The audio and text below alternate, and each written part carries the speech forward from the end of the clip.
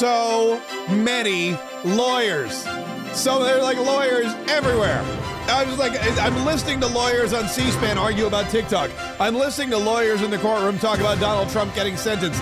I can't believe how much I'll tell you what, man, there is just so much news today. There's just too much news. I don't even know if that's such a thing, but Donald Trump and think about this. We haven't even gotten to the second Trump term. We haven't even gotten to the inauguration. We haven't even gotten to the new golden age of America. And what we already have, sorry, I was going to turn down my phone. I hear myself screaming at myself. I was listening to the TikTok trial in the Supreme Court. I was listening to TikTok try to explain their side, and I was listening to TikTok lawyers, explain to the Supreme Court why this law should be at least continued, not even struck down, but just, hey, give us some kind of like continuance, give us the ability to argue and to divest and to do everything that the U.S. government's talking about. And then I was listening to the U.S. government argue, no, just shut them down. They're horrible people. And it was fascinating, number one, I'll be honest with you. But there's just too much. And while that's happening, Donald Trump is getting sentenced in New York to one of the most ridiculous. This has got to be one of the most ridiculous things in the history of the world. And we're going to get into all of this.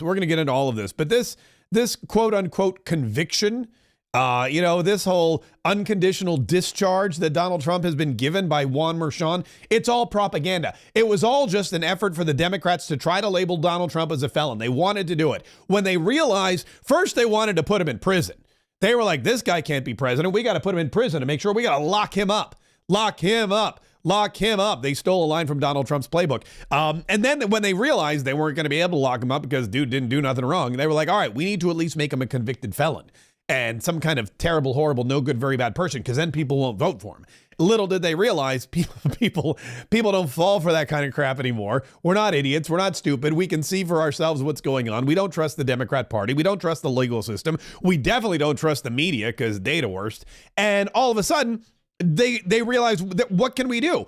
And then Donald Trump won the election and they could have just let it go, but they're Democrats. They can never let it go. They are not Elsa.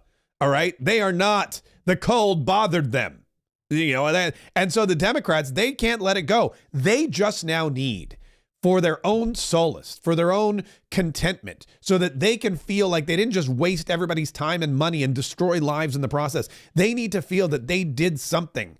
So Juan Merchan in New York had to convict Donald Trump of anything, had to make sure that he was going into the White House as a felon. And that's what this is all about. It's all about the label. It's all about the Democrats' ability to propagandize the entire legal system and now label Donald Trump as something that he's really not. It's really sad. It's really sad. It's really bad for America. And luckily, we're going into Donald Trump's presidency so we can change all of that. But like I said, it's too much news. While that's going on, Donald Trump is at meeting with the Republican governors at Mar-a-Lago, holding press conferences with Peter Doocy, and Donald Trump is making these amazing claims. Like, for example, yesterday, and it got buried in all the other news, Donald Trump just kind of let it out there that, oh, by the way, he knows what the drones are. Donald Trump knows what the drones are. Donald Trump's like, oh, yeah, I know what the drones are, and I'm going to tell you right after I become president. Can't tell you now. I'll tell you right after I become president. We'll get to that here. We'll get to that here in just a minute. Like I said, if I had hair, there's so much news that if I had hair, I would pull it out of my head because I'm just sitting here going, and what to lead with? Because we make videos and we do all kinds of stuff, and I'm posting on TikTok for now. Maybe I made what may be one of my final TikTok posts. In fact, right after the show today, I'm going to do another TikTok post just for old time's sake. I made what may be one of my final TikTok posts today, and it was really anyway. The point is, we do all this kind of stuff, and it gets to the point where you're like, when I post on TikTok in the morning, or when I do a video for YouTube, or when I'm putting together the show for Rumble, or even in the morning when I do the 47 Daily podcast, which if you don't follow, you probably should, at the47daily.com. That's where the podcast lives. If what's going on with the all this information is, it's just becoming totally crazy. And I mean, I can't even believe how much news there is, to the point that I don't know what to pick. Sometimes I'm like, what do I pick? What is the headline? What is the big news?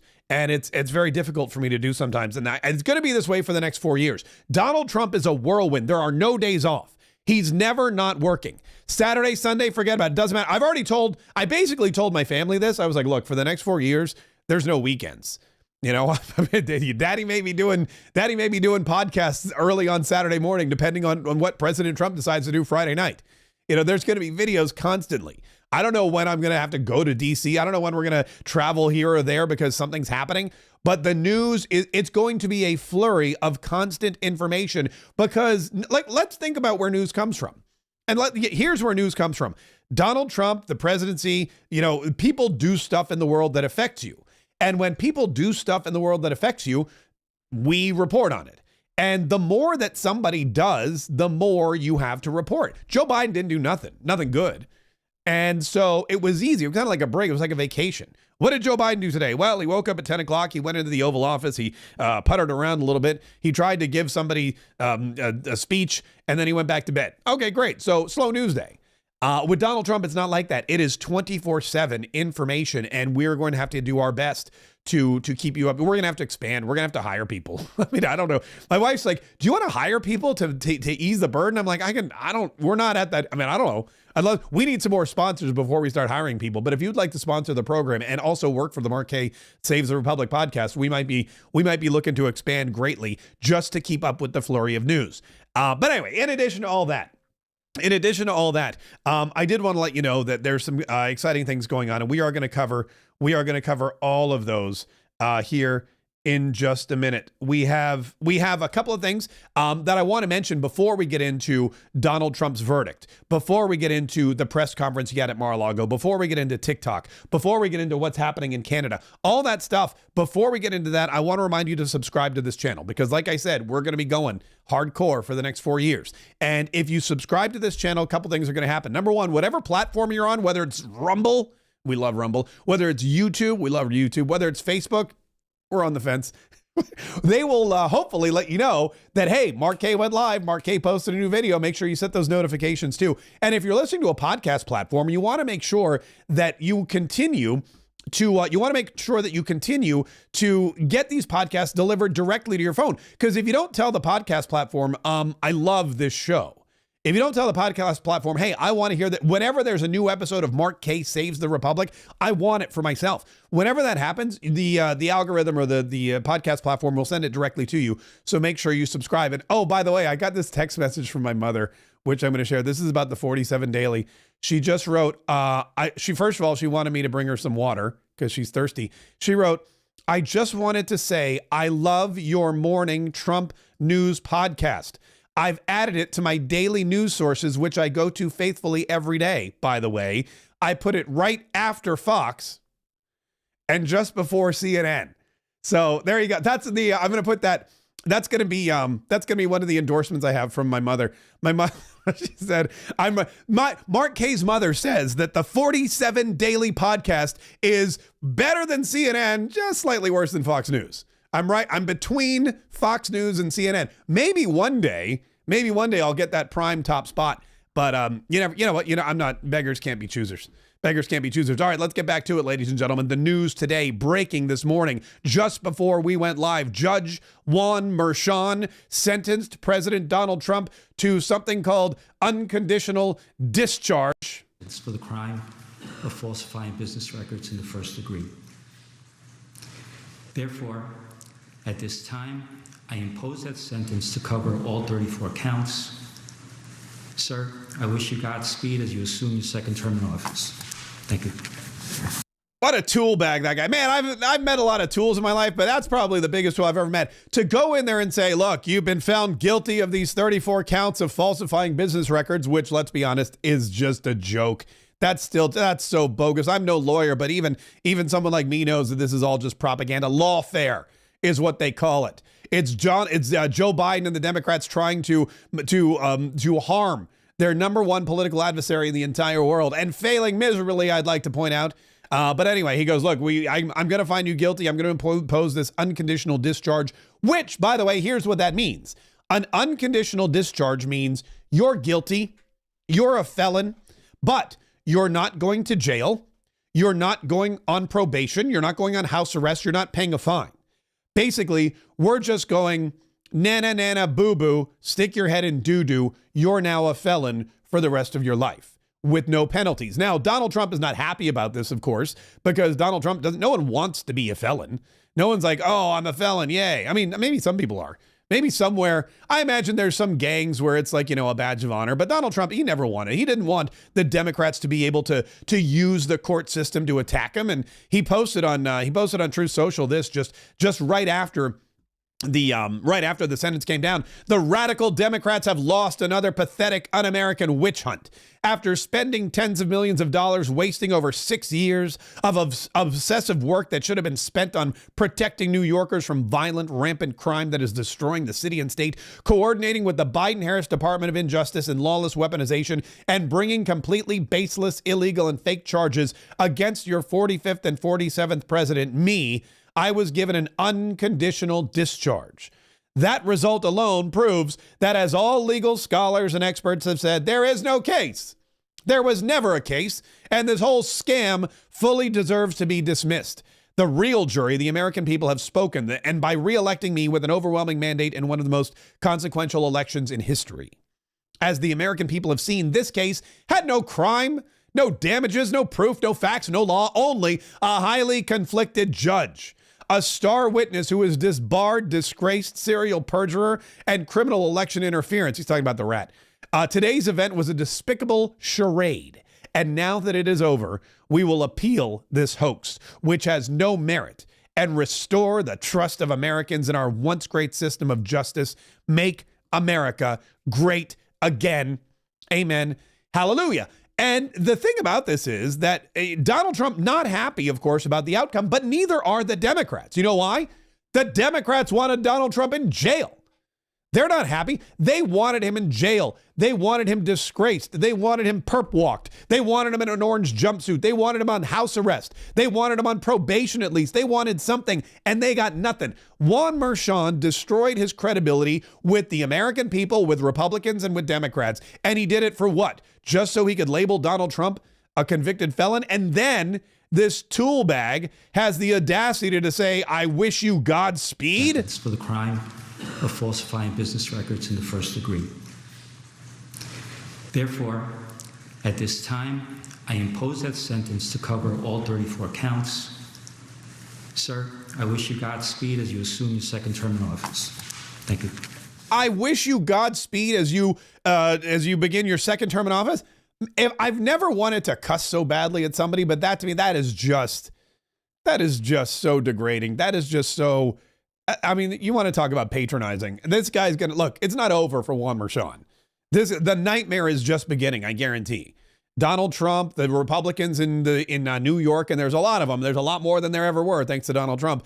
And history are going to, they're not going to speak lightly of Juan Merchan. They're going to make sure that they're going to make sure that he gets his comeuppance in some way, shape, or form. And history will remember that he was just a bad dude. President Donald Trump had a couple things. Fox News, by the way, they were all over. They had a bunch of people talking about it. Here's what President Donald Trump said about the conviction. And in wrapping up, Trump said that this is a great embarrassment to the state of New York. And then Jonathan pointed out this idea that Michael Colangelo left his position as a deputy or assistant attorney general at the Department of Justice to take on the mantle of a humble state prosecutor for this case. I mean, that was something that a lot of people said, well, that draws a direct connection between what's going on in New York City and what's going on at 1600 Pennsylvania Avenue.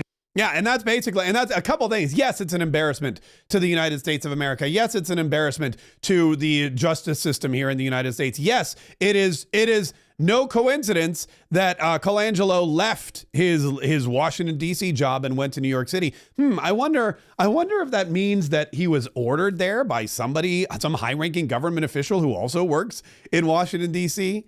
They also said, look, this means that it's kind of over, although really it's not. It's over in the eyes of the Democrats, but it's not over in the eyes of Donald Trump. He will appeal this and he will continue to fight this. Final means it's over, which means Merchan doesn't have any jurisdiction over this case anymore. It's going up on appeal. The case is over. That's what they said they wanted. They needed to impose sentence here so he could enter the judgment, and that would be the end of the case. To my mind, the end of the case means it's the end of Merchan's jurisdiction to tell President Trump anything.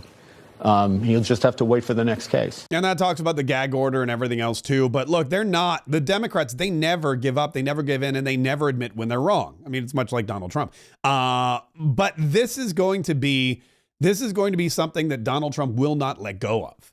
And he's going to have teams fighting around the clock. And this is not going to be the end of what you've heard. And by the way, I have not heard one legal scholar or expert or regular person or anybody on the news say that there's anything good that has come from this, especially since the evidence was weak.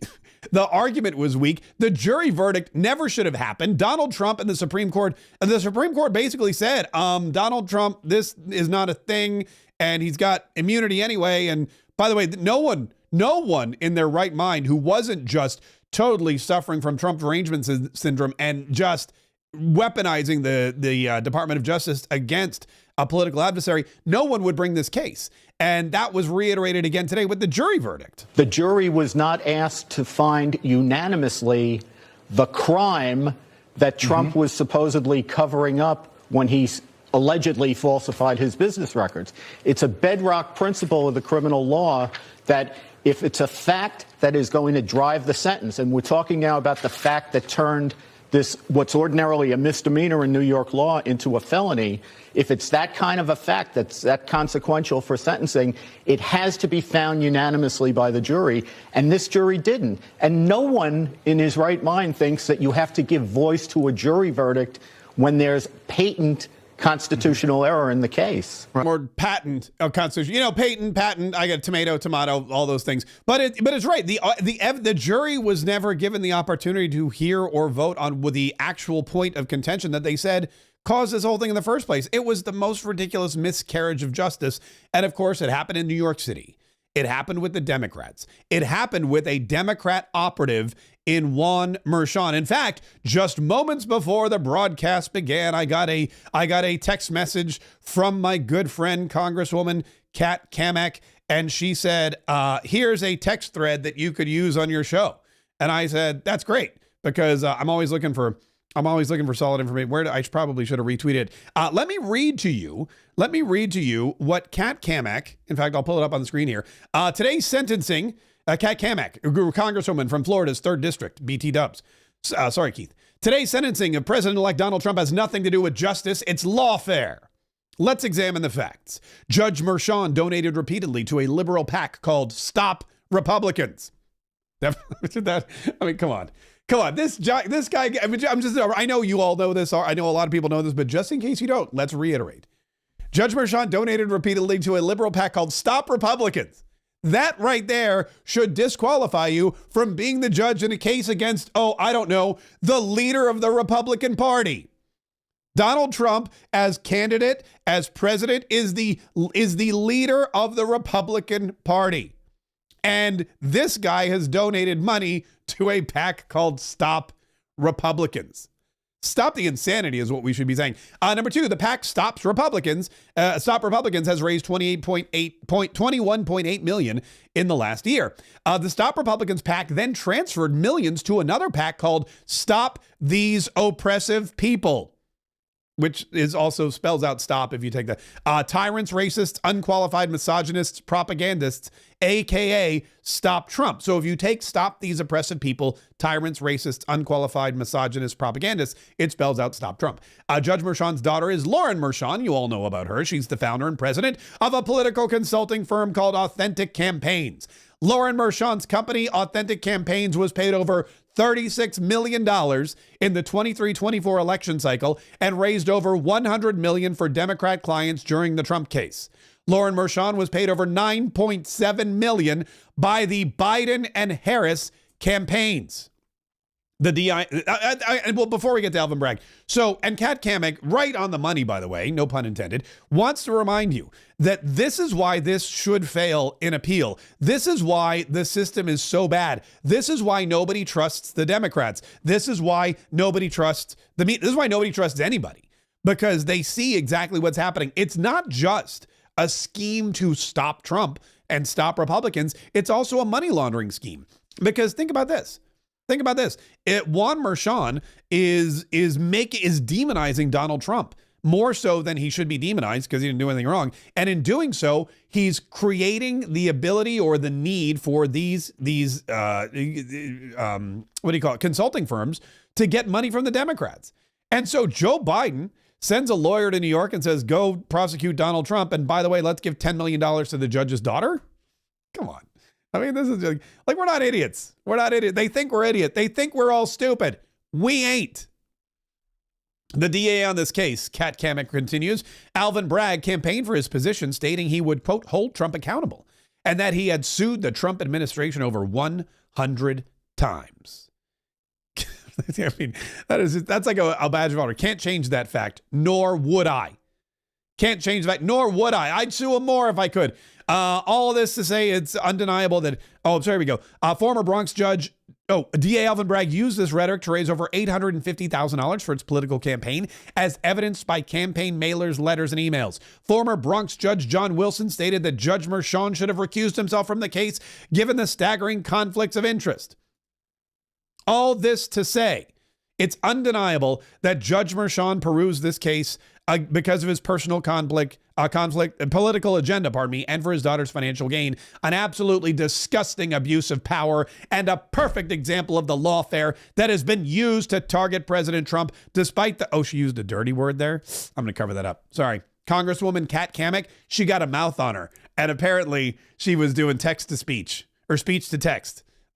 Despite the BS attacks and witch hunts, he has remained strong. Inauguration Day can't come soon enough. America first. And then she has, let me count these, 1, 2, 3, 4, 5, 6, 7, 8, 9, 10, 11, 12, 13 American flags.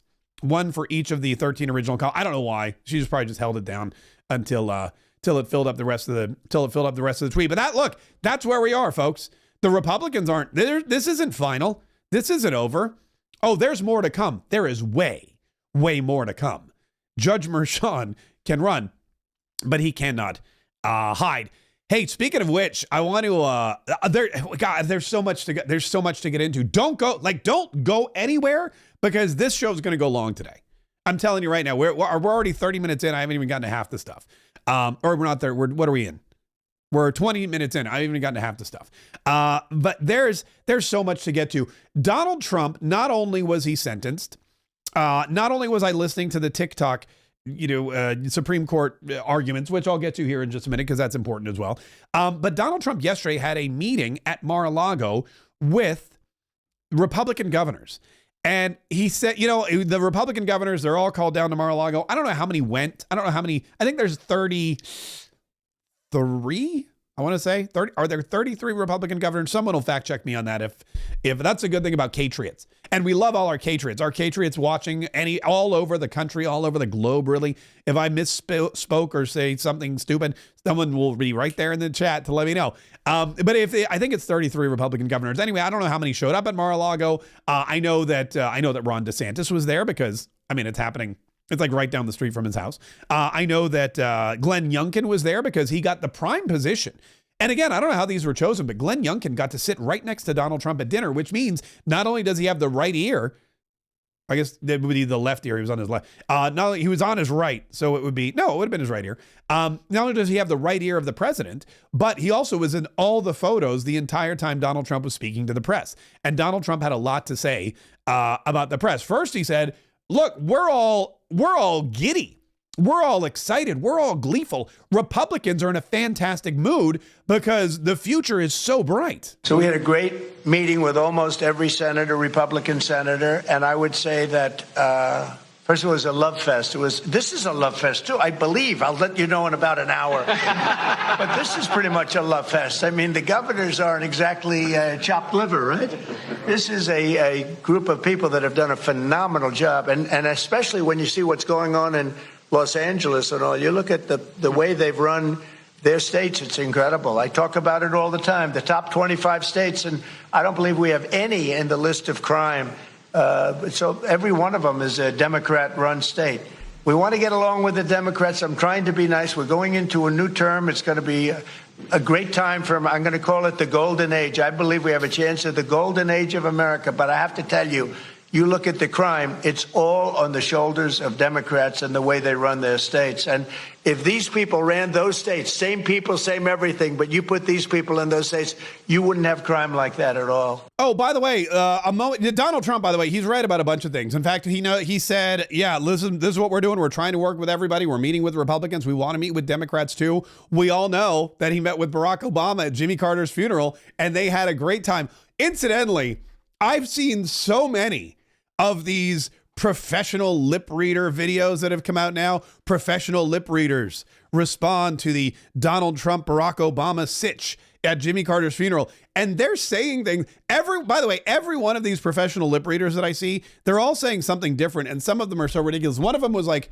I kid you not, Donald Trump leaned over to Barack Obama and said, "We need to find someplace quiet we can talk. It's a matter of national urgency." And Barack Obama said, "Okay, will do." I'm like, that's not at all what's happening. That's not at all what happened. First of all, Donald Trump is not leaning over to Barack Obama saying we need to find a quiet place to talk. Anyway, take it for, I wouldn't believe I've never met a lip reader personally, but I just don't believe these people. Anywho, so Donald Trump and Obama, they're trying to get along. And Donald Trump's like, I'm trying to get along with the Democrats. I want to work with the Democrats. We need to work with the Democrats if we're going to get stuff done, especially in the House and potentially in the Senate. In fact, big news yesterday, Donald Trump extended an invitation to Mar-a-Lago to a prominent Democrat.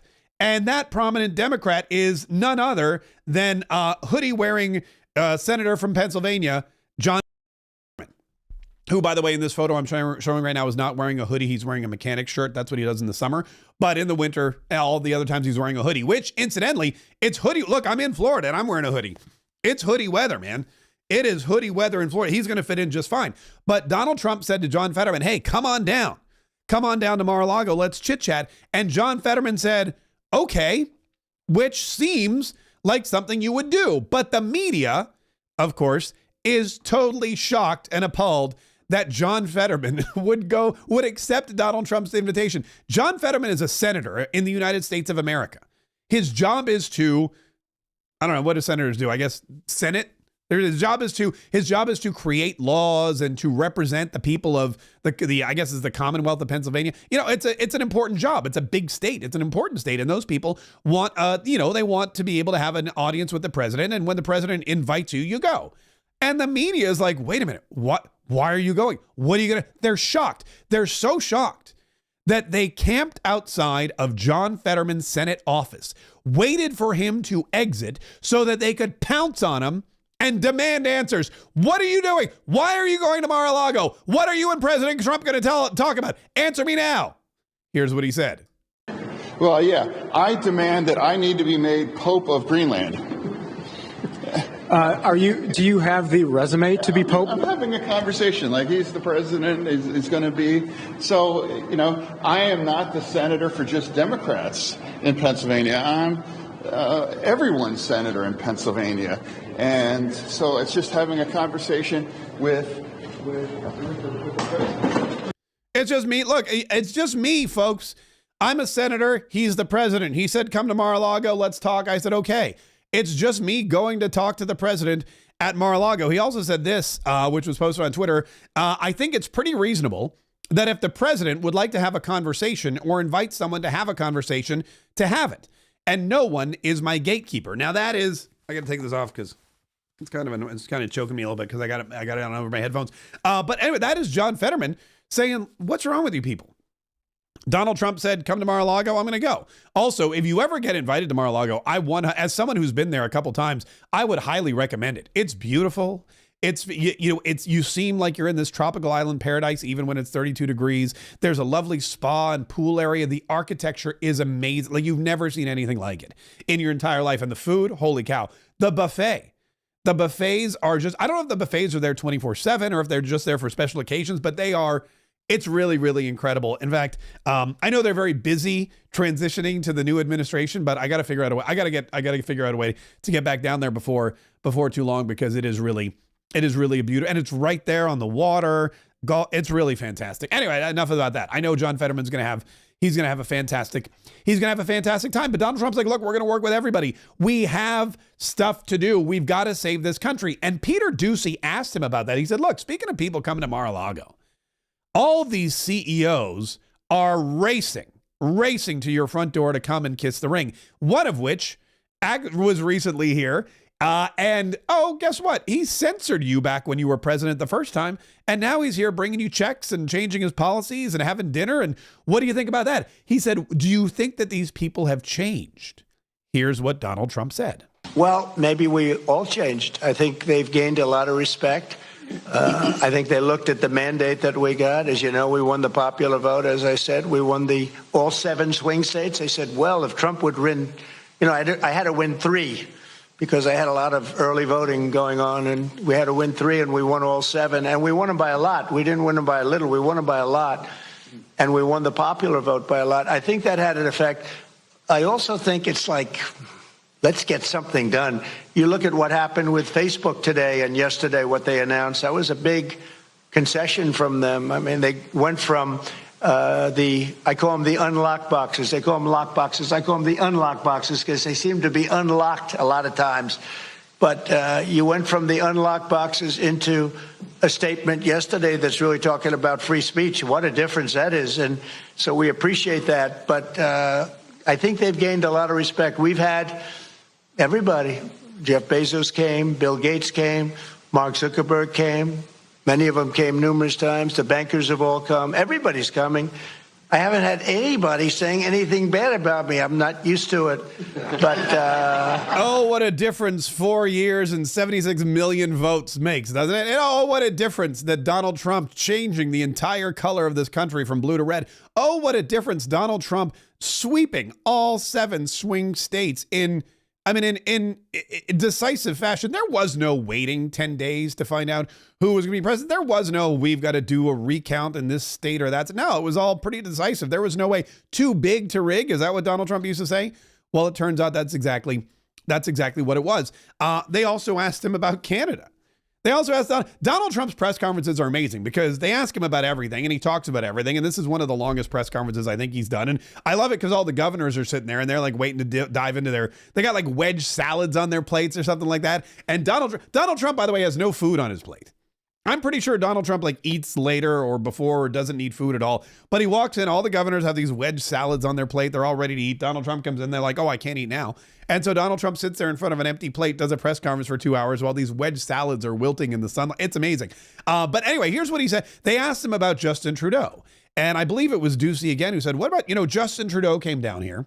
You basically belittled him in front of the world, which was awesome. He said you should be governor of the 51st state of Canada. And then he went home and he quit.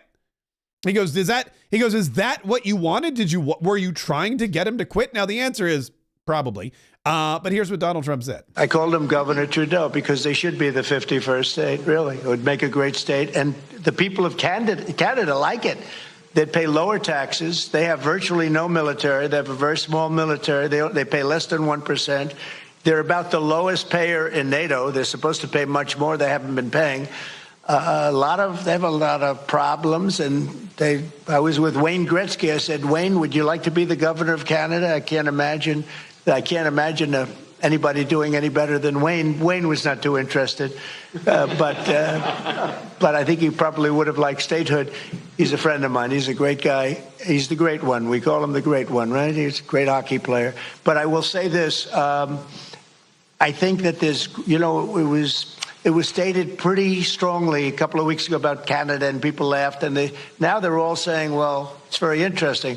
And I say from the standpoint of the United States, we're subsidizing Canada $200 and $250 billion a year. We have massive deficits.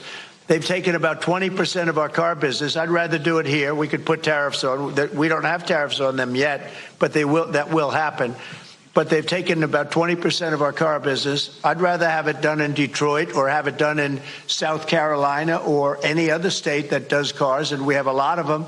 We don't need Canada for that. We don't need Canada for lumber because we have big forests that we have, not utilized. In some cases, they're protected, which I can take that protection off. And you take down a tree and you grow a better tree. That's, pretty common. But we don't need anything. We don't need their fuel. We don't need their energy. We don't need their oil and gas. We don't need anything that they have. And I said to Trudeau, I said, why are we subsidizing you $200 and $250 billion a year? He said, I really don't know. And I said, well, I don't know either. I said, what would happen to Canada if we didn't? He said, Canada would be obliterated if that happened. I said, then Canada should be a 51st state. How bad a leader do you have to be when somebody asks you, why are we giving your country $200 billion a year? And your response is, I really don't know. Je ne sais pas. I mean, I guess that's the French, because in Canada they speak both. Justin Trudeau, the Prime Minister of Canada, goes down to Mar-a-Lago after Donald Trump threatens to impose a 25% tariff. And Donald Trump says, why are we giving you $200 billion a year? Why are we subsidizing your country $200 billion a year? And Justin Trudeau goes, I don't know. Beats the heck out of me. I don't know. You tell me why you're doing it. Sucker. I mean, basically, that's what he's doing. He's saying, I have no good reason to give you. How do you represent an entire country? If I were the governor of Canada or the 51st state or whatever, I would never say, I don't know, to a question like, why am I giving you $200 billion? You should have a litany, a number of bullet points, pre-planned responses. And if you don't, if your answer is, I don't know, can't explain it, then you should resign. You should be booted out. You should not be president or governor of that 51st state. You should not be prime minister of that country. And clearly the people in Canada realize that, and now he's gone. The other part of that is when he said, what would happen if we stopped spending $200 billion? Justin Trudeau says to him, it would be, what was it? We'd be devastated. It would totally devastate us. I mean, you don't say that. You don't give complete power, total control and power over to your neighbor. You say, oh, we'd be fine. We'd go get the money from China. We'd go get the money from Russia. We'd go to one of your enemies and we'd get the money from them. That's what you say. If Justin Trudeau really said that, what a horrible, oh, thank God he's out of it. And Wayne Gretzky's right to not want the job, because whoever gets the job of prime minister next is going. Justin Trudeau has made it so difficult for Canada and the Canadian leadership because he's basically weakened. He's basically admitted to the world that Canada doesn't exist without the United States of America. And whoever comes in next is going to have to reverse that idea, reverse that opinion, convince the world that now Canada can stand on its own. Canada, sure, no problem. That's not true, by the way. Canada really cannot stand on its own. The guy who we think is going to get the job is a guy named Pierre Poilievre. Very French-sounding name. He's very, very conservative. He's very, very free speech. He's very, very hands-off. Some have called him the Donald Trump of Canada. I don't know if that's true or not, but Pierre Poilievre is likely to be the next prime minister. And he was asked about Elon Musk, because, Elon Musk has said some things about Canada and has responded actually and tweeted that Pierre Poilievre should be the next prime minister. Because the thing that Elon Musk likes to do now is he likes to pick the rulers of all the countries. He invests $150 in Donald Trump's campaign and goes on the campaign trail with him. He's trying to, get a new prime minister in the UK and in Germany. That's what he's trying to do. And now he's like, oh, Pierre Poilievre, let's put him in Ottawa and put him in charge of Canada. Here's how Pierre Poilievre responded to Elon Musk's endorsement on X. The fact is that it'd be nice if we could convince Mr. Musk to open some of his factories here in Canada and create some jobs, high-paying jobs for our people. I think Tesla, his company, is one of the biggest, if not the biggest, automotive company in the world. Wouldn't it be nice if we were producing more without corporate welfare, without corporate subsidies like the Liberals favor? We had more of that production here in Canada. I think that would be fantastic. So if I ever get a chance to meet Mr. Musk, what I would say is, how do we make this an economy where we bring home hundreds of billions of dollars of investment to Canada so that our people get the paychecks? And why is it that after 9 years of NDP Liberals, it's Americans that are getting all the paychecks and all the growth? What is it that NDP Liberals have done wrong to drive these hundreds of billions of dollars out of our country? The short answer is they've done everything wrong. Canada's done everything wrong. They've driven up prices. They've created a horrible economy. They've devalued their currency. You get nowhere near the investment for your dollar in Canada that you do here in the United States of America. Also, Tesla's not it's a great company, I'm sure, and they make a lot of cars, but they're nowhere near the largest automobile. It's Toyota. Toyota makes all the cars. And then every other company gets to when you look at the pie chart of cars made, it's like half of it is Toyota. And then all the other companies in the world get to divvy up whatever's left. And that includes the American companies. And Tesla, I think they're one of the smallest automotive companies, but they're one of the richest because of the technology and because of the brand, the brand recognition, and because Elon Musk is a superstar. That kind of people are willing to pay more. Plus, they have those cool doors that go up on that one. And then they built a Cybertruck. But Toyota is the number one auto manufacturer in the world. Go get Toyota to open a plant in Canada and you're cooking. The problem with Canada is that it's Canada. The problem with Canada is that it's close enough to the United States, but it's just not the United States. And I know this, I'm very familiar with the Canadian automotive industry. And I know what you're thinking. Mark Kaye, how is it that you are so familiar with the Canadian automotive industry? Well, I'll tell you, because my father, for a long time, lived in a place called Windsor, Ontario, which is right across from, you guessed it, Detroit. And Windsor, Ontario, in fact, Windsor, Ontario is south of Detroit.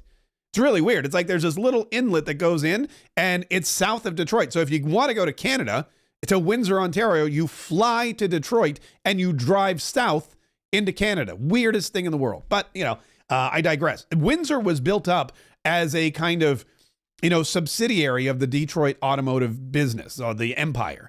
They would do, they would build bumpers and tires. They'd manufacture, they'd help. They would just they were right across the river and they would do whatever they could to aid the American automotive industry. And when the American automotive industry had a huge financial collapse 20, 30 years ago, Windsor basically shut down.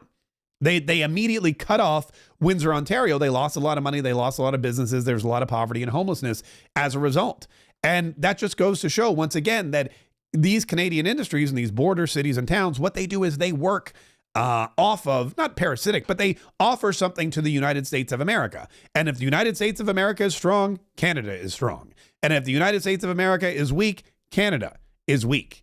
And Tesla is not going to go to Canada when they could come to the United States of America for obvious reasons. Anyway, Pierre Poilievre probably will become the next prime minister, but I don't know that he's going to be effective in that role. We'll see. We'll see. Speaking of prime minister, by the way, on a total side note, Andrew Tate is going to be running for prime minister of the UK. Andrew Tate, Cobra Tate, one of the most hated or loved men, depending on who you are, in the entire world, announced that he wants to run for the prime minister of the UK because he's sick and tired of the weak DEI woke policies that are destroying the great country of Great Britain and destroying London. He announced he was in Romania. These reporters were attacking him, and he announced his intent to run for prime minister of the UK. The chance of me becoming UK prime minister within the next 10 years is somewhere near 100% because I'm one of the most well-known people on the planet who can self-fund, and everybody understands, even if you don't like me, I get things done. I will be the next UK prime minister. I guarantee that there is a timeline that everybody is going to live in. Every single person watching this video at some point in the future is going to watch me become the prime minister of the UK, and I will fix every single problem. I've laid out how I'm going to do it. You can go to votebrov.co.uk and you will see exactly how I'll fix all the issues that are facing a previously once great nation. The UK was the greatest nation in the world. We ruled the seas, and it has fallen and failed in the sight of this eternal wokeness, garbage, feminism crap. And I'm going to fix all of it. Do you think women will vote for you? Me. Women would vote for you? Women have voted for me every single night of my life since I was 16 years old, sir, because my house is full of them. Thank you. I mean, that's a great, good luck. That's a great way to court the female. But no, Andrew Tate, he's saying, look, we used to be the greatest country in the world. We ruled the seas. Yeah, till 1776. And then, there was a new kingpin in town. Then there was a new global superpower in town, and it was called the United States of America. But Andrew Tate, I'd like to point out, and I don't know that, I'm not going to say he's stealing from me, but it wasn't until I made known my intention to run for Congress to unseat Representative John Rutherford in Florida's 5th District that Andrew Tate decided to run for UK Prime Minister. I'm not saying he's jumping on my bandwagon. I'm not saying that he is stealing my thunder. I'm not saying that he's like, you know what? That's a great idea. I'm going to run for office too. Now, I'm not the most famous person in the world like Andrew Tate claims to be, and I can't self-fund, so don't get any ideas about that. But there is need for a change. There is need for leadership. There is need for the common man who knows what American greatness should be and doesn't care about anything, any political correctness, to rise up to power and to help leaders like Donald Trump instill their agenda so that not just this country, but the world can be great again. But I find the timing fishy. Just last week, I got an endorsement from Kayetriot, one of the 3 greatest political minds in our country today. I got an endorsement from Kayetriot for my candidacy in 2026, which really fast-tracked the entire thing. And what was this was, let me see. I wrote, if I'm going to primary Representative Rutherford in 2 years, I'll need one of the following to endorse me: real Donald Trump, Elon Musk, Kayetriot 2. That was on January 5th. That was 5 days ago. And wouldn't you know it, me, a bald internet celebrity from the United States of America, declares that I'm going to dip my toe into the potential congressional race in 2026. And all of a sudden, Andrew Tate's like, oh, yeah? Well, I'm going to be prime minister. I'm not saying he's stealing my thunder. I'm just saying, anyway, thank you, Andrew Tate, for listening. I really do. I really do appreciate it. Good luck to both of us, by the way. I guess he would be prime minister before I would be. I got 2020. Anyway, there's plenty of time. We'll figure all of that out. And hats off again to Kayetriot for that endorsement. Why though? And also, look, I mean, I'm still going after Elon Musk and real Donald Trump. You know, having Kayetriot's endorsement is great and probably really all anybody needs to successfully mount any kind of campaign in this day and age. But having Elon Musk and real Donald Trump on board would also be great. So I will probably still be pursuing their endorsements as well. All right, let's get back to it. Donald Trump, by the way, Donald Trump said something in this press conference yesterday, which I think a lot of people just kind of glossed over, but I think it's maybe one of the most important things that he said for several reasons. And I'm going to tell you what that is. Donald Trump said the following. Okay, this is what Donald Trump said. He was asked about the drones. Peter Doocy said, President Trump, what about the drones? What about the drones? The drones have been flying around in New Jersey. The drones are flying around Washington. They're flying around everywhere. People have been petrified about these drones. The government hasn't said anything about these drones. What about the drones? You mentioned it, but you haven't said anything lately. What about the drones? Listen to what Donald Trump told Peter Doocy about the drones. I'm going to give you a report on drones about 1 day into the administration, because I think it's ridiculous that they're not telling you about what's going on with the drones. And it's not only with me. Glenn was telling me today that in Virginia, they have drones all over the place, too. And they got drones in Virginia now, which is very close to Washington, D.C., by the way. Drones. Donald Trump says, I'm going to tell you about the drones the day after. Was it the day after? I'm going to give you a report on drones about 1 day into the administration. All right, about 1 day into the administration, so January 20th. By January 21st, January 22nd at the latest, Donald Trump says, I'm going to give you a report on the drones, which tells me, tells all of us, here's what that tells us. This is why this is so important, and this is why I thought this was a bigger news story than it was, but I haven't heard anyone else talk about it. Donald Trump says, I'm going to give you a report on the drones. That means Donald Trump knows about the drones. Donald Trump knows why they're flying. He knows who owns them. He knows where they came from. He knows what the deal is. He knows why the government isn't telling you anything. Donald Trump knows about the drones, and it's highly classified. As president-elect, he gets a classified briefing about national security and intelligence every single day, just like the president does. Donald Trump knows about the drones. He can't say anything now because it would be a violation of, well, his top secret clearance. When he's president, though, as we all know, he can declassify anything. And Donald Trump says, I'm going to give you a report on the drones 1 day into my presidency. So here's what we can extrapolate. He knows what the drones are, where they're from, and what they're doing. The government has sworn him to secrecy, and he said, forget that. Transparency is real. These people need to know why the drones are flying around, and he's going to let it be known. That tells me that potentially the drones maybe aren't as sinister as people knew beforehand, Or maybe they are, and Donald Trump thinks that we have a reason to know about it. But that to me is a huge story, that the drones are a known entity, a known quantity, that the government is hiding information about the drone scare. And a lot of people are scared. A lot of people are scared. The drones are scary. These drones have been flying around willy-nilly for months now. Over Christmas break, all I saw were people in New Jersey freaking out about the drones. Luckily, we don't have them over my house yet, but I imagine Florida's next to come. And Donald Trump says, I'll tell you all about it right after I become president. That's huge to me. That's huge. And that's something that more of the media should be reporting on. I did say there is a lot of news, so maybe it just got buried. Maybe they are, and I just haven't seen it. But I think that is very telling about our current government, what they're doing, what they're willing to say, and what the new government's going to be like. Donald Trump is going to be a transparent president. He's not going to keep secrets from us. And if he believes we should know something, we're going to know it. And Kash Patel, his FBI director, and Pam Bondi, his choice for attorney general, all of them are going to be the same way. They're going to let us know who's attacking us, who our enemies are, what kind of threats we're facing, because we're adults. We're old enough. We can decide for ourselves how to react. We can decide for ourselves what needs to be done. We can decide for ourselves what actions to take to protect ourselves and our families if we have the truth, if we have the information, and that's what Donald Trump's going to give us. It was a long press conference. Like I said, all they wanted to do was eat. But Donald Trump continued to answer. He actually asked Peter Doocy, he goes, hey, does Joe Biden ever do this? About it. Peter, thank you very much. Does Biden does he do this kind of a news conference now? This is my longest ever interview of a president. Yeah, well, the longest ever before this was one question and they would rush you out of the room, right? But we have nothing to hide. We have nothing to hide, and that's what we're looking forward to, and that's why Donald Trump will tell us all about the drones before too long, and I, for one, am here for it. Listen, speaking of nothing to hide, let me share with you one thing real quick. I do want to talk about the fires, because there is crazy new video from the fires, and everybody wants Gavin Newsom's head. Gavin Newsom's head is going to have to roll. Gavin Newsom's, they want his head, they want his finely coiffed head on a platter, and I don't think he has any way out of this. I don't see any way out of this for Gavin Newsom other than to quit his job, because it is that Karen Bass, all of them. Every Democrat in the state of California, they've got to go. And every Democrat in the state of California is saying that. It's not just the Republicans. Before we get to that, and before I share those videos with you, though, I do want to thank once again our friend Paul Stone, who we're going to have back on the show a little later on in the right after the inauguration. Paul Stone from Colonial Metals Group, a proud sponsor of the Marquez Saves the Republic podcast, and we are proud to be sponsored by them.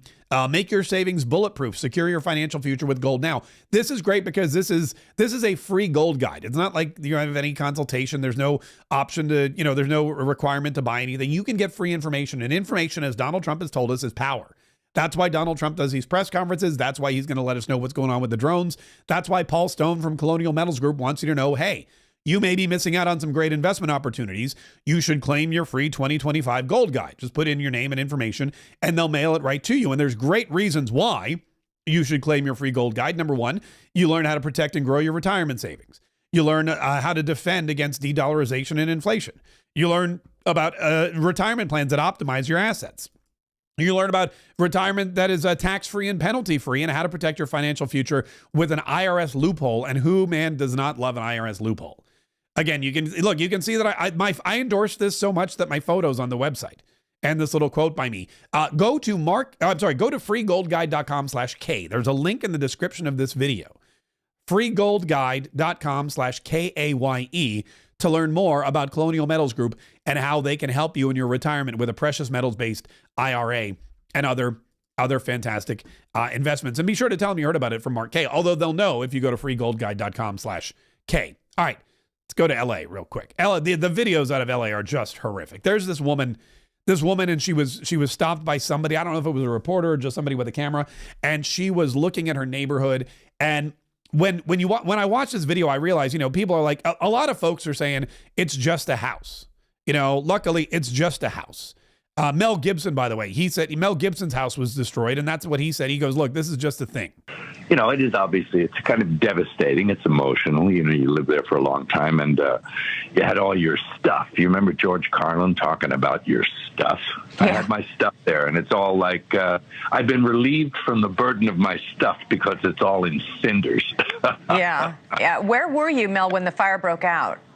Gosh, I was in Austin. I was doing the Rogan podcast, you know, and I was kind of ill at ease while we were talking because I knew my neighborhood was on fire. So I thought, I wonder if my place is still there.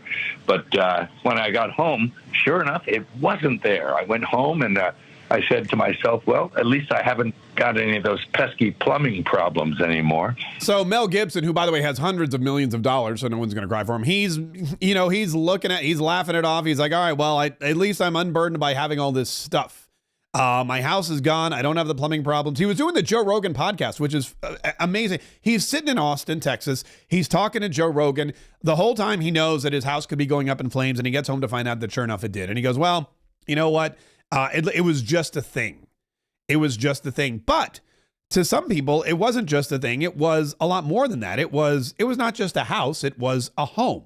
And this woman who was caught on video it pulls at your heartstrings. This is your house? This is my house. This one right here. We moved in 26 years ago. And we did the floors, and we put in windows and doors and painted and just put, my grandchildren loved it. My son and my daughter-in-law, my family, we hosted Christmas Eve and Christmas Day here, and everybody was here. My little house that I loved. My husband just had his 4th cancer surgery. I poured everything into it. My nephew. I'm so sorry. I know. I really am. I don't even know what to say. That's okay. I don't even know what I'm doing. I'm just. We haven't been sleeping. We haven't slept. We're staying at a hotel. We have nowhere to go. We don't know what we're doing. We were close neighbors.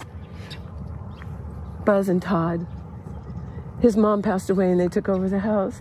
John just lost his wife that he adored, but was taking care of that house. She was a Superior Court judge, and Beverly and John, so much love. She was so incredible, and the house is gone. I just can't believe they're all gone. They're all gone. See, Debbie and us and Tina, our children went to school together from kindergarten. Our kids are in their 47 years old, and Debbie's 47-year-old son tragically passed away last August. Her oldest child. Her grief is so deep, I can't imagine. So you start to realize, you take it for granted almost, and the people in North Carolina can talk about this, who lost their homes in the Appalachian Mountains during Helene, although that was more of a natural disaster than maybe some people believe this was. This was more mismanagement by an idiotic, egomaniacal governor. But basically, you look at this and you realize that these aren't just houses, these are homes, and that these people's lives weren't just... You got enough stuff in your life. You got enough stuff to stress about. You get fired from a job. You get a bad report from your doctor. You got to go in for surgery. Someone dies, a parent, or God forbid, a child. And you're dealing with enough stuff, and you never want to walk into your house and go, you just kind of take it for granted that your home is there for Christmas and Thanksgiving, and bad things are happening, but at least you can curl up in your bed and get a good night's sleep, or go to the kitchen and make some macaroni and cheese and watch some movies with your friends and try to feel better. When your house is gone, not only do you not have your house, but you don't have your safe place. You don't have your safe haven. You don't have that place where you can go. And these people are leaving not just their homes, but their neighbors and their friends and their neighborhoods and the people that they grew up with their entire lives. They're all going to be spread out all over the country now, because I imagine a lot of them are going to leave L.A. Mel Gibson brought up something else very interesting in his news. He was talking about how his chicken coop, for some reason, magically survived. Some of the neighbors really got it hard. I know, Ed Harris, the actor who lives down the street, I think his place is gone, and many of my friends up and down the street. And it was kind of random. It wasn't every place, but it was quite a few places. There was a dozen places or so that were just non-existent. I mean, nothing but a chimney and a few roof tiles, and you dare not walk around for the nails and the whole deal. The vehicles were gone, everything. It was completely toasted. I've never seen such a complete burn. It's like someone did it on purpose to really destroy every aspect of it. I mean, that's a throwaway sentence by him, but somebody did it on purpose to destroy every aspect of it. That's what it looks like. He goes, you know what? Look, my house is so... You think about a fire, right? He goes, it's amazing. This fire was so devastating to my house and to Ed Harris's house and other people's homes.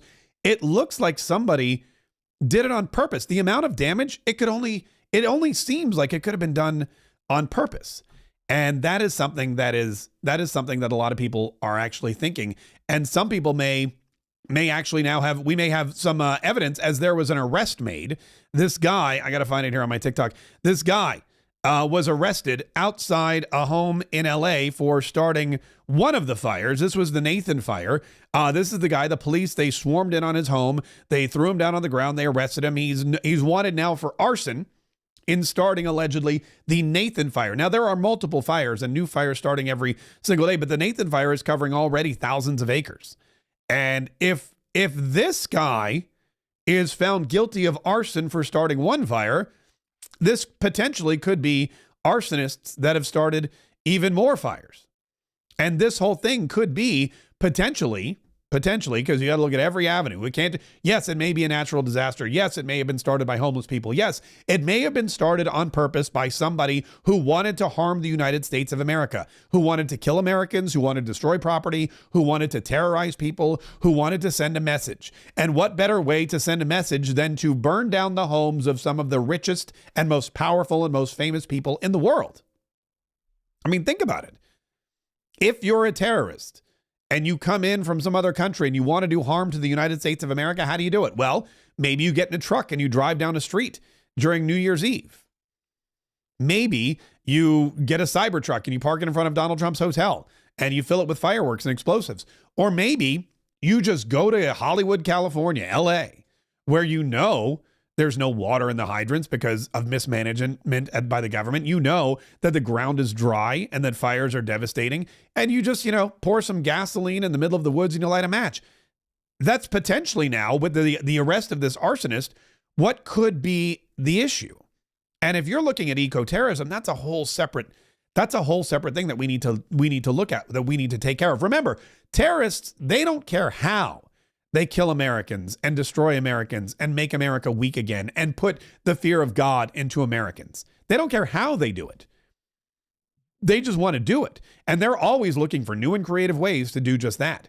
And that's what we're learning. I told you several times the most dangerous time in American history would be the months between Joe Biden losing the election or Kamala Harris, Donald Trump winning the election and Inauguration Day. I said it before. I said, be careful, be on guard. The people that are in this country, they're going to act. The people that want to come into this country and do harm, they're going to do it. The people abroad that are looking to do harm to other people, they know that the window is closing for them. Joe Biden is leaving office. They do not have a lot of time before a new sheriff, the old sheriff, returns. Daddy comes home and sets the world straight. And I said from November 5th to January 20th is going to be the most dangerous time in this country. And what do we got?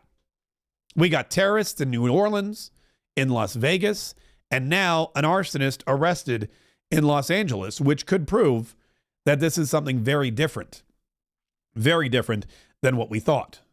I mean, we still think it's Gavin Newsom. We still know Gavin Newsom's horrible and that he's got to go. There's this video. I don't know if you've probably seen it. This woman. That was my daughter's school, Governor. Please tell me what you're going to do. I'm not going to. This is a woman, by the way, who saw Governor Newsom in Pacific Palisades and accosted him. And this guy, again, you want to talk about a horrible person. Listen to what he does. I'm literally talking to the president right now to specifically answer the question of what we can do for you and your daughter. Can I hear it? Can I hear your call? Because I don't believe it. I'm sorry. There's literally. I've tried 5 times. That's why I'm walking around to make the call. Why is the president? Wait a minute. Hold on. First, he says, I'm literally talking to the president right now. Then he says, I'm walking around looking for service. I'm trying to make the call. So in that 20 seconds that he's talking to this woman, he's already lied. I'm talking to the president. Look, I don't have any service. I'm literally walking around trying to get service. But that's not all. Not taking your call. Because it's not going through. So Why? I have to get cell service. So There's let's no get cell it. service. Let's get it. I want to be here when you call the president. I appreciate it. I'm doing that right now. And it's to immediately get reimbursements, individual assistance, and to help you. I'm devastated for you. I'm so sorry, especially for your daughter. I have 4 kids. Losing the school. Everyone who went to school there, they lost their homes. They lost 2 homes because they were living in one and building another. Governor, please tell me, what are you going to do with the president right now? We're getting the resources to help rebuild. We're getting Why the was there resources. no water in the hydrants, That's Governor? all being. That's all literally. Is it going to be different next time? It has to be. Has to be. Of course. What are you going to do? I'm doing To everything fill the I can. hydrants. I would fill them up personally. You know that. I literally. I would fill up the hydrants myself. I would. I understand. But would you do that? I would do whatever I can. But you're not. I see the.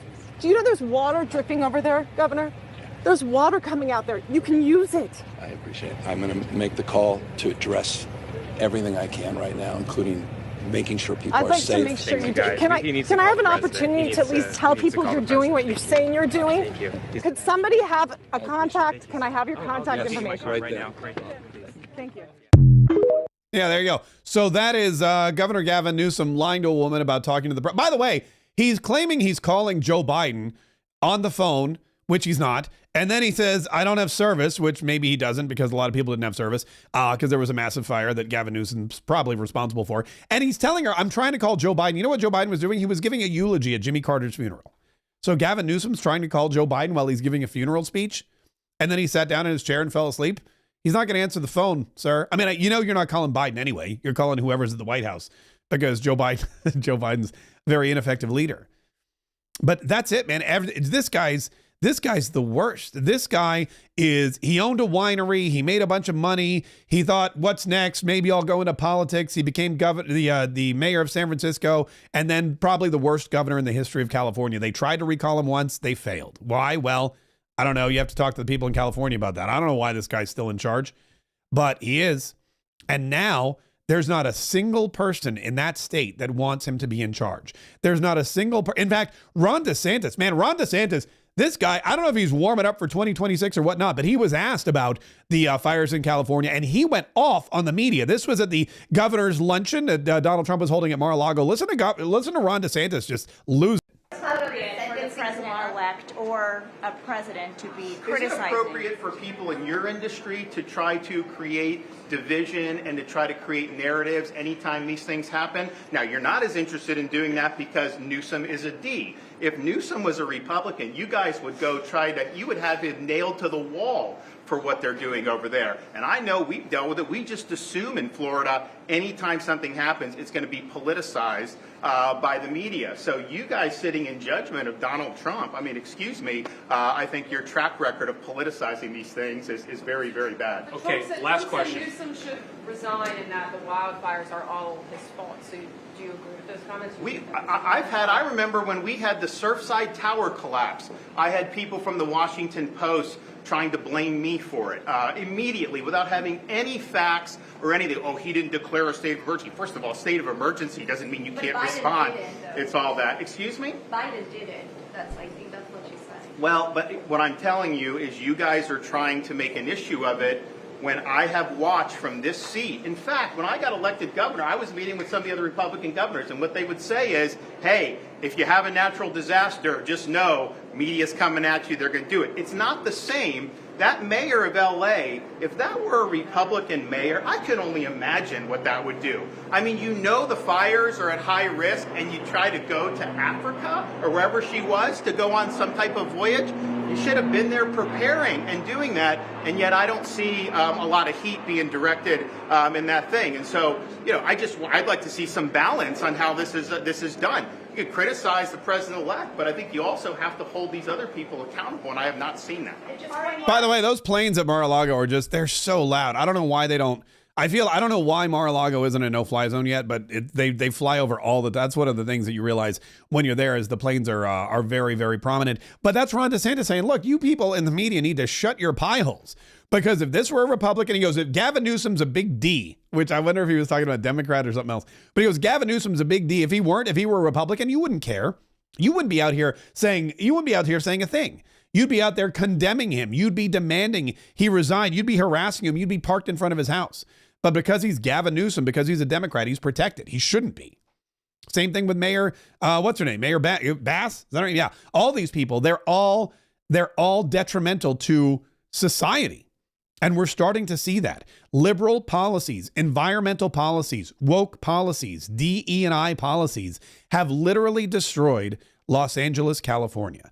They have burned it down to the ground. If they had policies in place that benefited the citizens who voted for these people, the citizens who pay taxes more than any other, more taxes are paid in the state of California than any other place in the country. They're the highest tax bracket than any other state, and they don't have water in their fire hydrants. I mean, I don't know where the lowest taxes are, but I guarantee if you go to Mississippi or Alabama or Louisiana or Arkansas, I guarantee there's water in the fire hydrants. And if not, there's the Cajun Navy's ready to put out the fire in some way, shape, or form. The one thing we know about is how to start fires and put them out here in the South. It's incredible. And it is just, and Ron DeSantis is 100% right. The media needs to shut up and stop this double standard. This is why the media is dead. This is why nobody watches them anymore. This is why they all listen. This is why they all listen to podcasts. All right. There's one last thing that I wanted to mention, and that was this whole TikTok scenario. TikTok right now, the Supreme Court of the United States of America is hearing, I don't know if they may have broken for lunch. I've been jabbering on for like an hour and a half now. But I was listening to the TikTok oral arguments, and it's fascinating. And the issue is that they're arguing a couple of different things. Of course, they're arguing that TikTok is a detriment to our national security. And one of the things that Brett Kavanaugh was talking about, he goes, look, as I read this complaint by the government, the complaint by the government says they're concerned about the amount of data and information, user data and information about our kids, because guess what? The kids grow up. And he said, think about this. Think about all this information that the Chinese government has access to later on in life. These kids who are on TikTok doing twerk dances and booty shaking and prank videos and God knows what else. All these kids are on TikTok every single day. The the Chinese Communist Party is gathering all this information through ByteDance. And then one day, let's say some of these kids get government jobs. They get elected to Congress, like I will be in a couple of years. They go off and they work for the FBI or the CIA. And all of a sudden, somebody shows up at their office and shows them the information that they have, that they collected, the idiotic things they did when they were a kid, when they were using the TikTok app, and now they're blackmailing future FBI agents and CIA operatives and elected officials and saying, look, we know what you did when you were a kid. We have all this information and we're going to release it and destroy your life unless you do what we say. Could they compromise people in the future? That's the extent of the government's case. They're saying that's what's going to happen. That's why it's a national security concern, because all of this user data for all of these people in the United States, not just currently, but in the future, they could use to alter somebody's actions in a negative way that benefits China and harms the United States of America. And so they want to divest, and ByteDance is arguing that we haven't had enough time. Also, the algorithm is something that we don't want to share with other people because it's what makes us so effective and so lucrative. And then there's a whole free speech argument going back and forth. And I was listening to it. It seemed to me like Neil Gorsuch. By the way, Neil Gorsuch seemed to be all about keeping TikTok around. Justice Alito seemed to be all about shutting it down. Clarence Thomas seemed to be like, you know what? What are we even talking about? An app? This is beneath me. And then Ketanji Brown Jackson, she's got a little bit of an attitude. I'm gonna be honest with you. She's got a little bit of a toot. Everyone else was talking, even Elena Kagan, and they were talking, and they were very cordial, and they were asking questions. There was some laughter. But Ketanji Brown Jackson, when she talked to these attorneys on both sides, she kind of had a toot. I think she's getting a little too big for her robes. But anyway, we don't know what's going to happen with that. If the law is set to go into effect, which is on the 19th, the day before Donald Trump takes office, what that means is that TikTok, which is used by over 100 million Americans, which is used by the president-elect of the United States of America, which a lot of people use for their livelihood. They make a lot of money buying and selling and promoting things on TikTok. If TikTok goes away, or if the law stands, rather, and TikTok will be banned on the 19th, TikTok has already said they will self-impose the ban. They don't want to divest. They don't want to wait and fight this in court. They're like, look, if you don't want us, we will go away. They've already done it in India. and they will just shut down their servers. A lot of folks say Donald Trump could come in and do something. He could, for example, just not, I mean, this is the other thing too. Donald Trump could walk into the Oval Office on the 20th and he could direct the Department of Justice just to not enforce the law.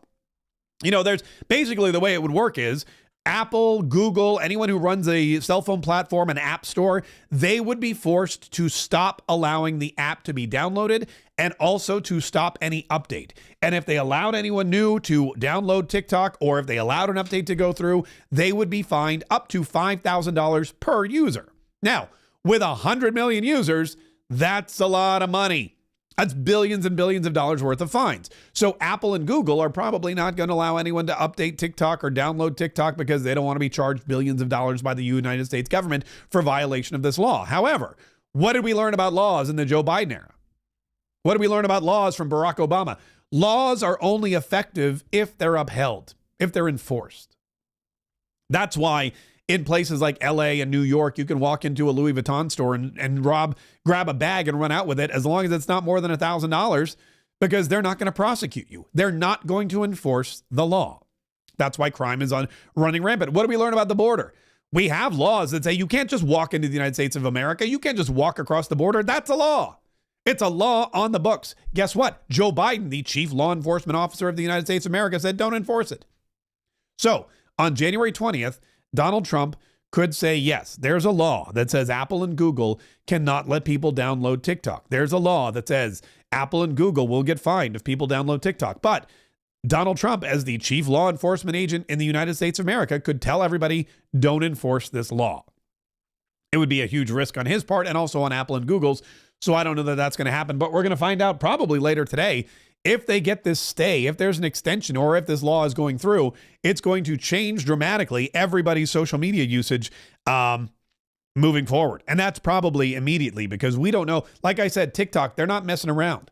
They have this all or nothing mentality. They're not going to let America destroy it. They'll just commit suicide. So it's a really interesting face-off that's going on, and I'll bring you the latest on that. Oh, speaking of which, by the way, speaking of face-offs, Mexico, I don't know if you heard about this, the Mexican government, the Mexican president has answered Donald Trump's call about the Gulf of Mexico being renamed. You know, as well as I do, that Donald Trump has called for the Gulf of Mexico to be renamed. They want to rename it the Gulf of America. There's already legislation in place. Well, President Claudia Sheinbaum of Mexico has announced that she has an alternate plan. She wants Mexico. She says she's poking fun at Trump's Mexico president, suggesting renaming the U.S. Mexico's president rejected several of President-elect Donald J. Trump's assertions about her country, and even joked that the United States should be called Mexican America after Mr. Trump said the Gulf of Mexico should be named the Gulf of America. President Claudia Sheinbaum of Mexico used her Wednesday morning news conference to show a world map dating from 1607.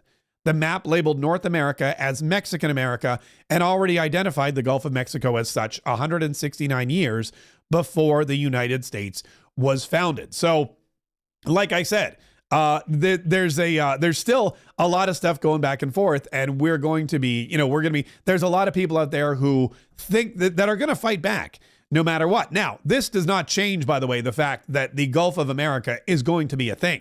In fact, there are already people who are planning their trips to the Gulf of America. Since we started selling our official Gulf of America t-shirts, we have moved, I can't even tell you, hundreds of these things. My aunt actually wrote to me and said, I would love this shirt, but I'm kind of a V-neck girl. And I said, I got you covered. We got V-necks. Look, women's Gulf of America V-neck in blue, in black, whatever you want. You can get it right there. And we've also got hoodies.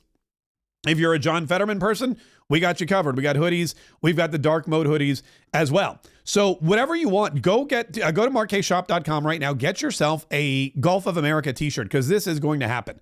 But no one's going to be able to stop this at this point, and you want to be prepared. In fact, yesterday we had a woman who's been a long-time listener. She ordered 4, I believe, for her entire family. I don't know if they're planning like a Christmas card photo. I don't know what their plan is, but I could tell she ordered like a medium, an extra large. She ordered a small, and then she ordered like another one that was, I think, like another large, whatever. And I go, oh, this is going to be great, because they're either going to go on vacation or they're going to be going to the inauguration or whatever they're doing, and they're going to all dress up in the same t-shirt. Hopefully they can snap it. Jane, if you're listening, snap a photo because I want to see it. Or it's going to end up on their Christmas card. Maybe they're headed to Tampa. Maybe they're headed to the west coast of Florida or the east coast of Texas, wherever you happen to be. And they're going to wear their Gulf of America shirts proudly and take a photo and put it on their, I would love to see that. Anyway, though, they go get these shirts because now I did notice somebody mentioned to me that we are out of the olive draft. Let me go to the and this is what happens. It goes quick. The olive one, which I said I really like because it's kind of military. This one here in one particular size, they were sold out. Oh, it looks like we may have restocked. Anyway, if you go there and you don't find your size or you don't find the style that you want, just be patient because we restock every single day. Like I said, these things are very popular. But markKshop.com is where you go. And while you're there, two more things. Number one, Trump World is the code you use. All one word, Trump World, for 15% off your entire order. So if you're getting shirts for the whole damn family, whatever it is, make sure you use 15% off the Trump World code for 15% off. Also, we have accessories. We've also added the Gulf of America 40-ounce tumbler for those of you that like to stay hydrated, and the Gulfie, official mascot of the Gulf of America, Gulfie the bear, which is very cute and also wearing. So you get a shirt and you can get the bear and you guys could be twinsies. You could be twinning, as the kids like to say. MarkKshop.com. Don't forget to use coupon code TrumpWorld. Listen, thank you so much for joining me today. Make sure you subscribe. Make sure that you're listening every single day. Make sure you set those notifications. If you want to leave a review, that would be helpful for us as well. Like I said, it's nonstop. There's news all the time. And you want to make sure that you stay informed. You want to make sure that you're getting the information. I'm going to be doing my darndest. I will drive myself into an early grave if necessary, cranking out videos and podcasts and getting you the information any way that I can. And all I ask is that you like, you subscribe, you set those notifications, and you tune in every single day that you can, because we've got a lot more to do. We're just starting. You can see we're still getting attacked from the left. We're still getting attacked with lawfare. We're still getting attacked from other countries. And it's not going to stop. The Democrats are still in power in many places. We have a slim majority in the House of Representatives, and the Democrats are going to do whatever they can to try to stop Donald Trump from getting his mandate through. Don't let him do it. Stay informed. Stay inspired, stay knowledgeable, most importantly, stay entertained. And you do that by listening every single day. Because if you listen every single day and we stick together and we grow our numbers and we spread the love and we get more and more Kayetriots, more and more Americans who study and understand and respect the Constitution and the United States of America and the freedom and the liberty that God gave us and that our founding fathers have guaranteed in our founding documents. The more people that we can get under our tent and on our side, the easier it will be for us to save the republic. Okay, Gulfie is waiting. Go get your Gulfie bear. Or if you don't want a Gulfie bear, go get your Gulf of America t-shirt in whatever fashion, color, or size you want. MarkKshop.com.